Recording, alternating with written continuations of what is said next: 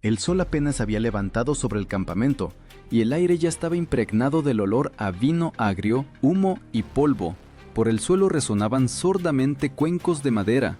Miles de hombres comían en silencio, como si estuvieran ante una ejecución. En esos momentos no solo se decidía el destino de la batalla, se decidía el destino del propio imperio. ¿Pero qué comían exactamente antes de la batalla? ¿Qué llenaba sus cuerpos de una fuerza capaz de soportar marchas de 20 kilómetros y combates cuerpo a cuerpo donde cada segundo era un paso hacia la muerte? Los legionarios romanos no se alimentaban de forma exquisita, su fuerza nacía de la simplicidad. Como escribió Polibio, la base de su dieta era el trigo, no cocido, no triturado, sino toscamente molido, casi crudo. Con él, los soldados hacían una papilla espesa, mezclándola con agua y sal, y a veces con vinagre. Esta bebida se llamaba posca, una mezcla espesa y agria que el hombre moderno probablemente no podría tragar sin asco. La posca, así se llamaba este líquido nutritivo, les servía de desayuno, almuerzo y cena. No solo saciaba, sino que también protegía de la sed en el calor. En esencia, era una bebida energética antigua, rica en carbohidratos, que retenía el agua en el organismo. Los historiadores señalan que los romanos creían, cuanto más simple la comida, más pura la mente. El legionario no debía buscar placer en la comida, sino solo combustible para la fuerza.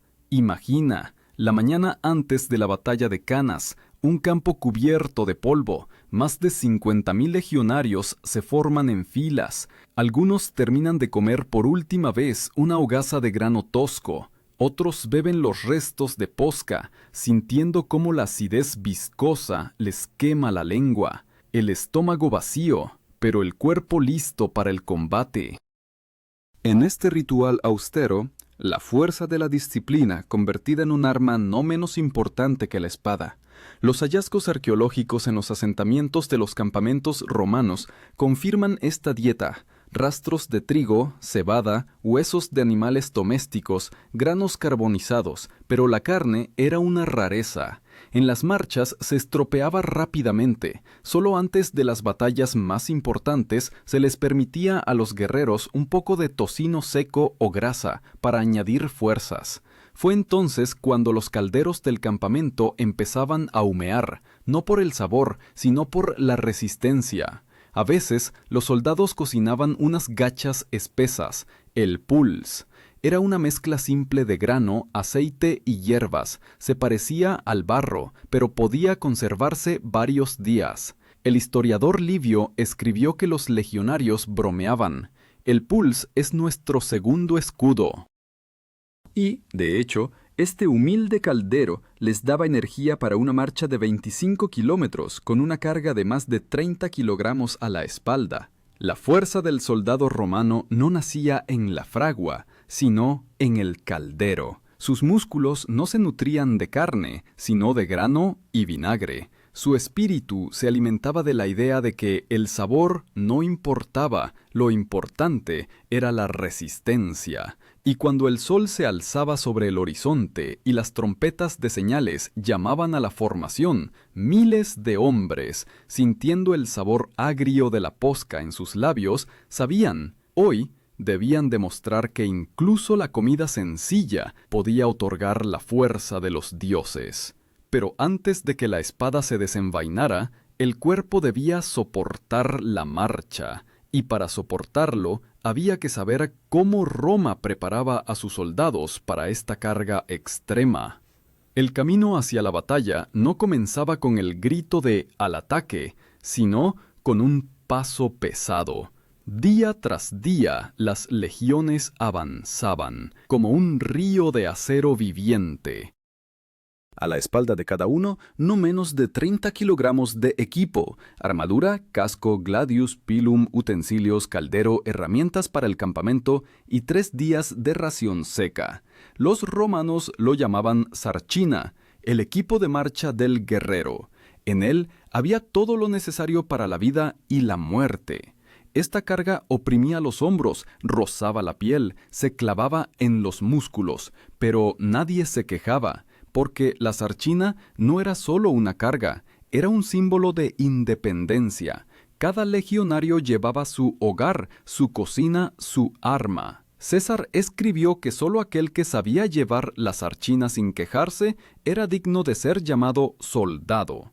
Los programas de entrenamiento militar modernos apenas se acercan a esta resistencia. 25 kilómetros al día por el polvo y el calor con carga completa. Una marcha normal, no una hazaña. Antes de partir de marcha, el centurión recorría las filas y comprobaba personalmente si cada uno había tomado su ración de grano. El trigo era sagrado. Sin él no había ni fuerza ni espíritu. Se entregaba estrictamente, según una medida conocida como modio, unos 8 litros por semana. El soldado debía moler el grano él mismo entre piedras, hornear tortas o cocer el pulse. Este proceso no solo saciaba, sino que también sintonizaba. Las manos que molían los granos como si recordaran la tierra por la que debían luchar. El aroma del grano tostado se mezclaba con el humo de las hogueras, el crujido de las correas, el resonante golpe de metal contra metal. Por las mañanas los guerreros comían rápido, 5 minutos, no más. El sabor era monótono, pero en ello residía una intencionalidad. Los romanos creían que la variedad de alimentos hacía débil al soldado, corrompía el cuerpo y la voluntad. El historiador Vegecio escribió: «La fuerza de la legión reside en su abstinencia». Para nosotros, acostumbrados al café dulce y al desayuno caliente, esto parece cruel, pero fue precisamente tal ascesis la que creó un ejército que conquistó medio mundo. Antes de la batalla, los legionarios solían recibir una ración reforzada, más sal, un poco de queso y vino. No por placer. La sal retenía el agua y el vino agrio ayudaba a evitar infecciones y proporcionaba una sensación de vigor. A esta bebida la llamaban vinum acetum, vino diluido con vinagre. A una persona moderna le parecería estropeado, pero en el campamento romano era el sabor de la supervivencia. Livio escribió que incluso en los días más calurosos, los legionarios preferían el acetum al agua pura, porque el cuerpo, nutrido con él, no se quemaba con el sol. Antes de la batalla, todas las comidas se sometían a un ritual. Tras la señal de la trompeta, los hombres comían en silencio. Los oficiales subalternos se aseguraban de que nadie comiera demasiado. La pesadez en el estómago se consideraba enemiga de la velocidad. Por eso las porciones eran diminutas, pero calóricas. Una hogaza, queso, un sorbo de vino y nada más. El resto, fuerza de espíritu. Los hallazgos arqueológicos en Cartago y en el lugar de los campamentos de Alesia confirman la presencia de molinos y calderos especiales de campaña. Esto indica que la preparación de la comida estaba centralizada. En los grandes destacamentos se asignaban cocineros especiales, coctores, pero más a menudo, cada contubernium, un grupo de 8 hombres, preparaba su propia comida. En su caldero, el pulse hervía como símbolo de hermandad. 8 cuerpos, 8 voces, una sola energía. Cuando el amanecer pintaba el horizonte, cientos de calderos comenzaban a enfriarse. El olor a ceniza y vino agrio se mezclaba con el aroma del cuero y el metal. Los guerreros pisoteaban las brasas, levantaban sus arcinas, y la columna volvía a moverse. Cada paso medía el tiempo hasta el combate. Cada aliento, el recuerdo de la última cucharada de papilla.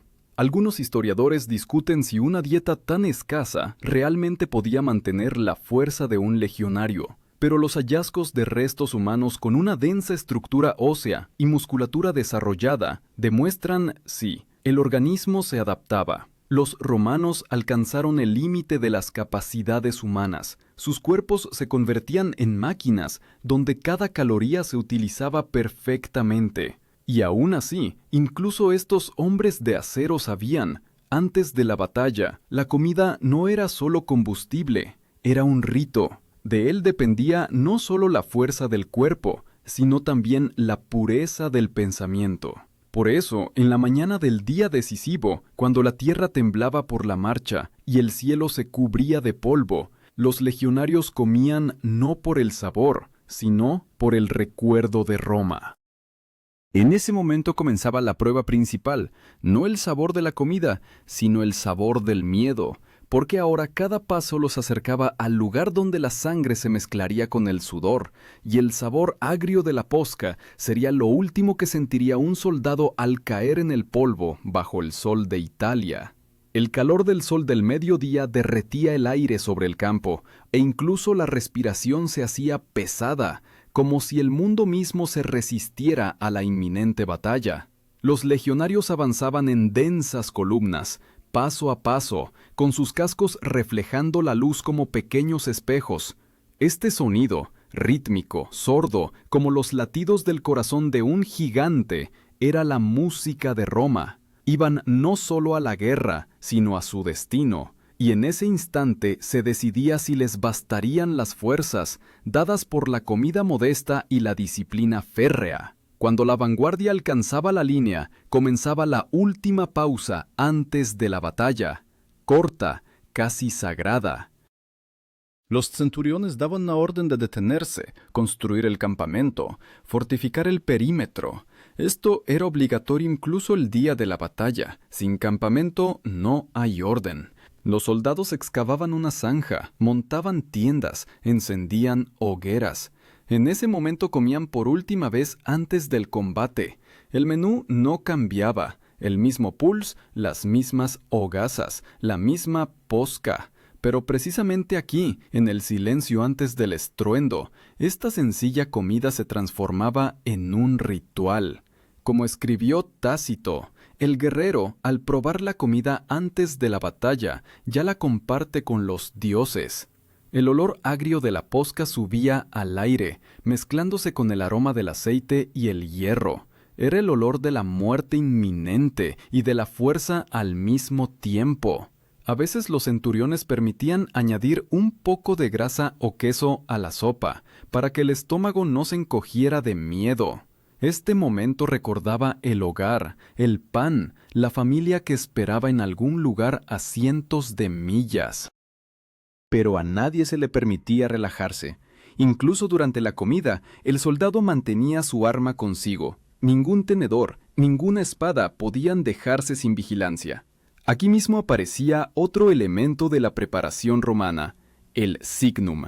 Era un estandarte de batalla, la insignia de la legión, adornada con plata y plumas. Se erguía justo al lado del hogar del campamento, y cada soldado, al pasar, lo tocaba con la mano antes de comer. Este gesto significaba lealtad y disposición a morir. Los historiadores lo llaman uno de los primeros rituales militares en la historia de Europa, que unían la fuerza física y espiritual. Los hallazgos arqueológicos bajo Numancia y Girón muestran que cerca de los campamentos temporales romanos se encontraron no solo restos de comida, sino también amuletos, huesos, pequeñas figuras, anillos. Aparentemente, incluso estas personas que creían en la disciplina no podían deshacerse por completo del miedo. Cada uno comía, llevando consigo el recuerdo del hogar y la esperanza de que ese día no sería el último. Cuando las trompetas de señales llamaban a la formación, los guerreros se alineaban por centurias, en 8 filas. El sol se reflejaba en el metal, cegando los ojos. El aire temblaba por la tensión. Y entonces, un hombre salía al frente, el legado, comandante de la legión. Su discurso era corto, pero cada palabra quemaba los corazones. No hablaba de gloria, hablaba del deber, de que Roma no toleraba la debilidad. Y en algún lugar profundo, bajo el miedo y la fatiga, estallaba la furia. Justo antes del enfrentamiento, los guerreros realizaban otro antiguo ritual. Se rociaban la cara y las manos con vinum acetum. Se creía que esto purificaba el cuerpo y ahuyentaba los malos espíritus. En realidad, el ácido eliminaba el olor a sudor y enfriaba la piel, pero para los soldados no era simplemente un medio de higiene, era un acto de purificación antes de la muerte.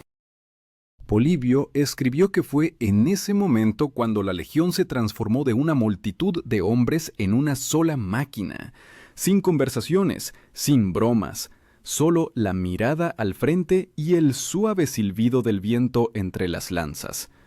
La formación compacta, llamada manípulo, avanzaba como un eslabón de una cadena. Cada uno conocía su lugar, cada paso estaba pulido, y aún así, a pesar del férreo entrenamiento, los cuerpos de estas personas seguían siendo humanos. Sus músculos temblaban de fatiga, los estómagos se contraían por la papilla agria, la garganta les quemaba por el sol. Pero el miedo cedía el paso a una extraña calma, porque sabían, todo lo que se podía hacer ya estaba hecho. La comida, comida. Los rituales, cumplidos. Las órdenes, dadas. Ahora solo quedaba avanzar. Cuando sonó la primera señal de trompeta, el aire pareció explotar. Los escudos se levantaron, las lanzas bajaron, y entonces aquel que poco antes masticaba una hogaza seca se convertía en parte de una máquina imparable. Cada célula del cuerpo, nutrida por la posca, trabajaba para el golpe. El ligero hambre se transformaba en adrenalina, la acidez en fuerza y la fatiga en una resolución desesperada. En esto residía el secreto de la comida romana. No daba placer, convertía al hombre en un mecanismo. Comida sencilla que educaba la voluntad, vinagre y grano que dieron origen a un imperio. Y cuando la primera fila chocaba con el enemigo, parecía que la tierra misma bajo sus pies temblaba al ritmo de sus corazones. Corazones latiendo al unísono con el hierro. Y el recuerdo de la última cucharada de papilla. Pero incluso después de la victoria, el sabor de esta comida no desaparecía. Permanecía en los labios, en el cuerpo, en la memoria. Porque por delante un largo camino de regreso, y allí donde terminaban las espadas comenzaba otra batalla, la batalla por la supervivencia en la marcha, donde la comida volvía a ser la salvación. Después de la batalla, el mundo se volvía extrañamente silencioso. El polvo descendía como un sudario, el olor a sangre se mezclaba con el humo, e incluso el viento soplaba más lento. La legión romana no celebraba la victoria con un festín. Al contrario, la primera orden después del combate sonaba severa: precoger a los heridos, restablecer el campamento y preparar la comida. La comida se convertía nuevamente en un acto sagrado, solo que ahora no antes de la muerte, sino después de ella. Y precisamente en estos minutos se manifestaba la verdadera esencia de la disciplina romana. A los que sobrevivieron les esperaba la misma dieta escasa: grano, sal, un poco de aceite y vino. La carne solo se permitía a aquellos que se habían distinguido en la batalla. No era un festín, sino una recompensa. Los romanos creían que la saciedad excesiva volvía el cuerpo perezoso. Por eso, incluso después de vencer, comían con moderación. César escribió que los mejores guerreros de sus legiones se alimentaban como si la batalla aún estuviera por delante. En este momento, la anona, el sistema de suministro del ejército, adquiría una importancia especial. Esta palabra no solo significaba la entrega de provisiones, sino toda una maquinaria logística sin la cual el Imperio Romano no habría existido. Desde los tribunos hasta los simples porteadores, cada uno sabía que la anona mantenía el aliento de la legión. Caravanas de mulas se extendían por decenas de kilómetros, cargadas con sacos de grano, aceite de oliva y ánforas de vino. La pérdida de una sola de estas columnas podía condenar a todo un ejército al hambre y la derrota. En el apogeo de la campaña de verano, cuando el calor convertía el campo en piedra incandescente, los soldados comenzaban a sufrir más de sed que de heridas. Entonces, la posca volvía a ser de ayuda. Los guerreros la mezclaban con agua fría del arroyo, obteniendo una bebida agria que saciaba la sed mejor que cualquier agua pura. El historiador Apiano escribió que el vino, diluido con vinagre, salvó a muchos de morir bajo el sol. Después del combate, los soldados comían directamente en el suelo. Los calderos servían entre las filas de escudos dispuestos en semicírculo. Así creaban muros temporales. Esta mesa improvisada era el lugar donde la victoria adquiría sabor, pero no dulce, sino pesado, metálico, con regusto a sangre y polvo. La comida aquí no era una recompensa, sino un recordatorio. Mañana todo podría repetirse. En estos minutos se manifestaba el verdadero símbolo de la resistencia romana, el contubernium. Esta palabra designaba a un grupo de 8 soldados que vivían y comían juntos. No solo los unían las órdenes, sino también el pan, repartido por igual. El contubernium era una pequeña hermandad dentro de la gran maquinaria. Si uno caía, los demás compartían su porción para que ninguna medida de grano se desperdiciara. Así entendían en Roma el compañerismo, a través del reparto de la comida y el trabajo. Los hallazgos arqueológicos en Britania y Galia demostraron que, incluso siglos después, los legionarios seguían este principio. En los asentamientos se encontraron hogares comunes y molinos de piedra, por los cuales se puede determinar que cada 8 hombres molían el grano juntos. Esta sencilla rutina los unía más que los juramentos, porque detrás de cada caldero había una vida que dependía de otra. Cuando llegaba la noche, sobre el campamento se alzaba el olor a humo y pan. El débil resplandor de las brasas se reflejaba en los ojos de los guerreros cansados. Comían en silencio, escuchando los lejanos gemidos de los heridos. El sabor de la posca era el mismo, pero ahora parecía diferente. En él se sentía la gratitud por estar vivo. Aquel que de día luchaba con la espada, por la noche sostenía una cuchara de madera, y esto era un regreso a la humanidad. Tácito escribió que el soldado romano debía saber vivir de la misma manera, en el combate y en la vida cotidiana. Su fuerza no residía solo en los músculos, sino también en la costumbre del orden. Incluso al día siguiente de la batalla, la legión se formaba de nuevo, limpiaba sus armas, medía su ración de grano. La vida continuaba como si nada hubiera pasado. Y fue precisamente en esta fría constancia donde nació la invencibilidad de Roma. Pero a veces la victoria no traía paz. Cuando la campaña se prolongaba y los suministros se agotaban, los soldados se veían obligados a buscar comida en los alrededores. Recogían hierbas silvestres, cazaban pájaros, cocinaban raíces. Polibio escribió que, en la necesidad, los romanos comían lo que la mano del hombre no había tocado. Y aún así, su espíritu no se quebraba. Decían, aquel que puede comer pulse sin sal, puede tomar cualquier fortaleza. Así, día tras día, el ejército avanzaba, dejando tras de sí tierra quemada y olor a ceniza.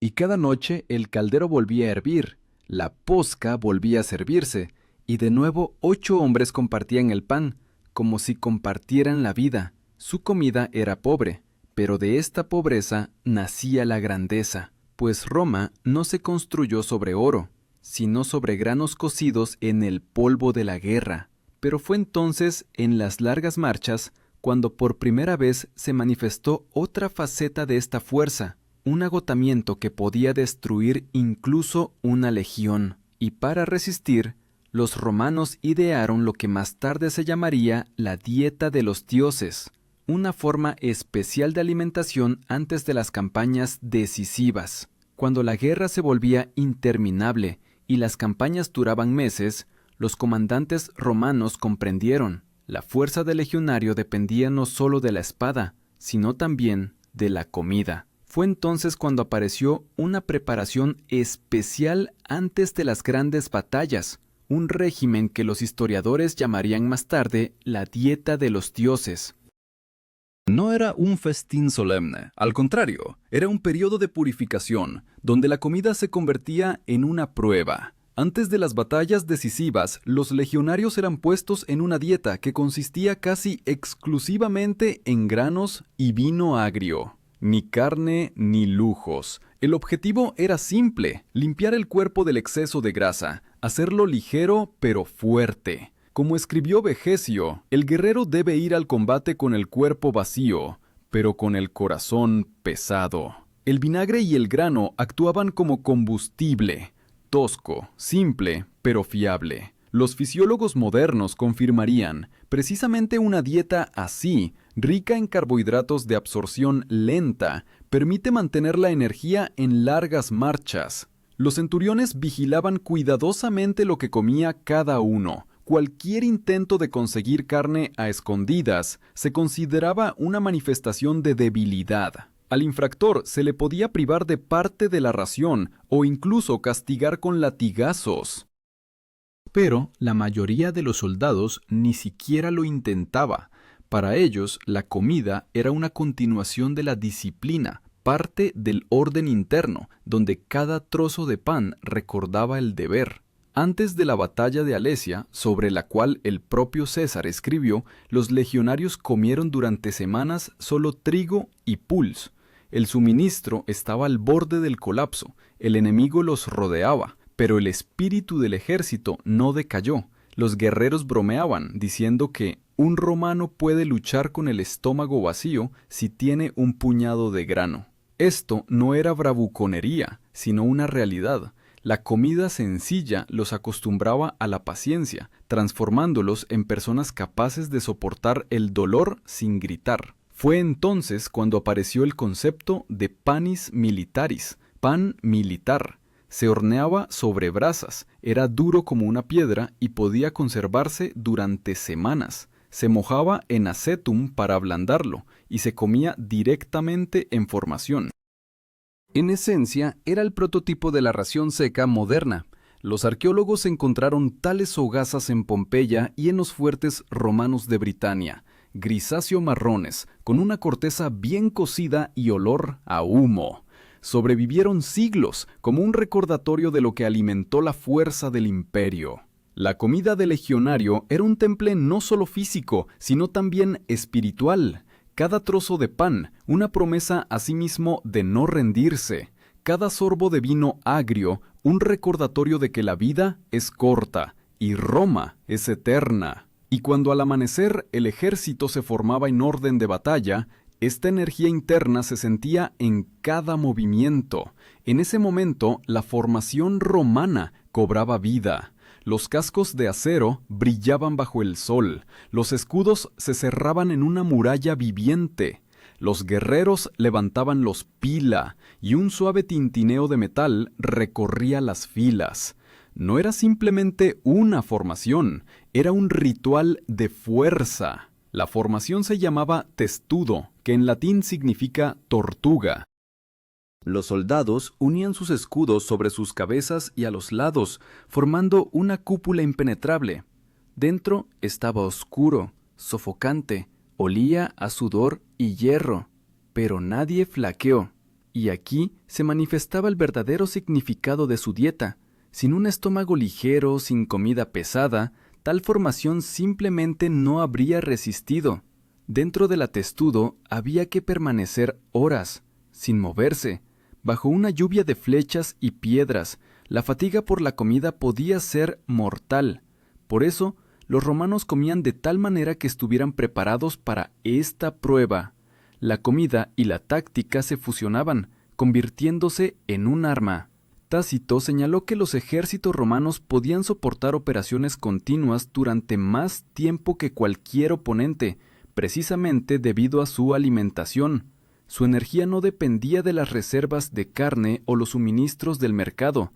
Podían marchar durante semanas, alimentándose de granos y sal. Esto los hacía impredecibles e invulnerables. La noche antes de la batalla, en el campamento reinaba un silencio especial. Los guerreros se sentaban junto a las brasas, partían el pan, lo mojaban en vino. Algunos susurraban oraciones, otros afilaban sus espadas. Y en ese momento, entre el hambre y el miedo, entre el humo y las estrellas, nacía lo que más tarde se llamaría el milagro romano, una absoluta disposición a morir por el deber. Cuando por la mañana las trompetas anunciaron el comienzo, los legionarios se levantaron como un organismo único. El pulse, comido por la noche, les daba energía. El vino agrio, determinación. Cada paso era preciso, como el movimiento de una máquina. Y cuando las filas se cerraron en testudo, los enemigos no veían hombres, sino algo más, una fuerza nutrida no por la carne, sino por la voluntad. Así, la dieta romana, creada por la necesidad, se transformó en un símbolo de poder. Pero después de la gloria venía una nueva etapa, el regreso a casa, cuando los guerreros probaban por primera vez en meses la comida ordinaria, y fue entonces cuando se daban cuenta de que el sabor de la victoria no era un festín, sino el recuerdo del simple grano que les había dado la inmortalidad. El regreso de la campaña era el momento más extraño para un legionario. El cuerpo se había acostumbrado a las privaciones, el estómago a la comida escasa y el alma a la constante ansiedad. Y de repente, el olor a pan fresco, aceite de oliva, carne asada. Todo esto parecía casi indecente después de meses de posca y pulse. En Roma se celebraban triunfos en honor a los vencedores, una procesión por la vía sacra, flores, multitudes, vino. Pero los propios soldados a menudo sentían aversión a la abundancia, miraban los platos exquisitos y comprendían que la verdadera fuerza no había nacido allí. Los historiadores escribieron que muchos veteranos continuaban alimentándose como en campaña, incluso en casa. Una simple papilla de trigo, un poco de vinagre y sal, un hábito convertido en símbolo de memoria. El emperador Augusto, según los testimonios de Suetonio, comía como un soldado, modestamente y rápido, sin permitirse la saciedad. Decía que la saciedad hacía al hombre vulnerable.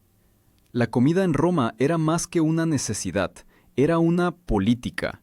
La ciudad se abastecía de grano de Egipto y África. La anona se convirtió en una obligación sagrada del Estado. El imperio se sostenía tanto en el pan como en las espadas. Pero este pan siempre recordaba al legionario las campañas, el polvo, las piedras bajo los pies, los compañeros con los que había compartido la última medida de grano. Así, el romano vivía entre dos mundos, el del festín y el de la campaña, la abundancia y la necesidad. Y, tal vez, precisamente en este contraste se ocultaba el secreto del poder romano, la capacidad de disfrutar la victoria sin olvidar el sabor del hambre, pues aquel que recuerda lo que es comer sin sal no teme perder todo lo demás.